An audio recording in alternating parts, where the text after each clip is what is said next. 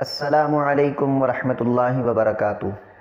الحمد للہ رب العالمین والعاقبۃ للمتقین والصلاة والسلام علی رسولہ النبی الکریم وعلی آلہ واصحابہ اجمعین، اما بعد فاعوذ باللہ من الشیطان الرجیم، بسم اللہ الرحمن الرحیم۔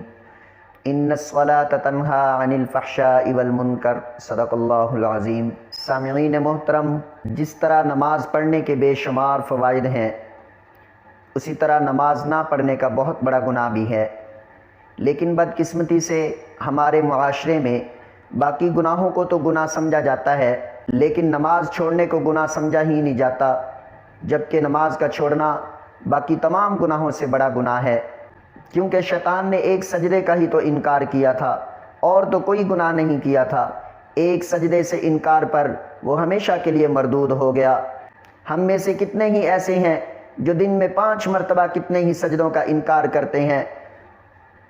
جس اللہ کے سجدے کا انکار کرتے ہیں، اسی اللہ کی دی ہوئی ان گنت نعمتوں کو ہم استعمال بھی کرتے ہیں۔ ہم میں سے بہت سارے ایسے مسلمان ہیں جو صرف جمعہ کی نماز ادا کرتے ہیں اور باقی پورا ہفتہ کوئی نماز نہیں پڑھتے، تو انہیں یہ سوچنا چاہیے کہ کیا وہ اللہ کی دی ہوئی نعمتیں ہفتہ میں ایک بار استعمال کرتے ہیں؟ نہیں، اللہ کی نعمتیں اپنے بندوں پر بے شمار ہیں، جن سے ہم ہر وقت فوائد حاصل کرتے ہیں۔ تو پھر نماز ہفتہ میں کیوں ایک مرتبہ پڑھتے ہیں، جبکہ دن میں 5 وقت کی نماز ہر مسلمان مرد اور عورت پر فرض ہے، اور قیامت کے دن سب سے پہلے نماز کا سوال کیا جائے گا۔ جس کی نماز پوری نکل آئی، اس کے باقی اعمال بھی پورے اتریں گے، جس کی نماز میں کمی رہی، اس کے باقی اعمال بھی خراب ہو جائیں گے۔ یہ وہ حق کا راستہ ہے جس میں سب سے پہلے شیطان رکاوٹ بنتا ہے، پھر آپ کا نفس اور آخر میں آپ کا کلچر۔ اور اللہ کی نظر میں سب سے اچھا بندہ وہ ہے جو 5 وقت کی نماز پابندی سے ادا کرتا ہے۔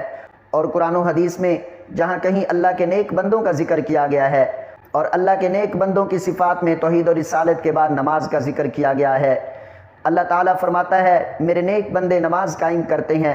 یہاں نماز پڑھنے کا نہیں بلکہ قائم کرنے کا فرمایا گیا ہے، یعنی اہتمام کے ساتھ وقت پر خشوع اور خضوع سے نماز قائم کرنا۔ حدیث مبارکہ میں آتا ہے اسلام میں جان بوجھ کر نماز کا چھوڑ دینا اکبر الکبائر، یعنی کبیرہ گناہوں سے بھی کبیرہ گناہ ہے، اور نماز چھوڑنے والے کے لیے بہت بڑی سزا ہے۔ سامعین محترم، اس لیے ہمیں کسی صورت بھی نماز نہیں چھوڑنی چاہیے، بلکہ ہمیں 5 وقت کی نماز ہر صورت میں ادا کرنی چاہیے، اور اس میں سستی اور کاہلی سے بچنا چاہیے، یعنی وقت پر نماز ادا کرنی چاہیے، تاکہ نماز ادا کرنے کے تمام فوائد ہمیں حاصل ہو سکیں اور ہم آخرت کے عذاب سے محفوظ رہیں۔ ہمارے پیارے نبی حضرت محمد صلی اللہ علیہ وسلم نے ارشاد فرمایا، وقت پر ادا کی گئی نماز اللہ کو باقی تمام اعمال سے زیادہ پسند ہے۔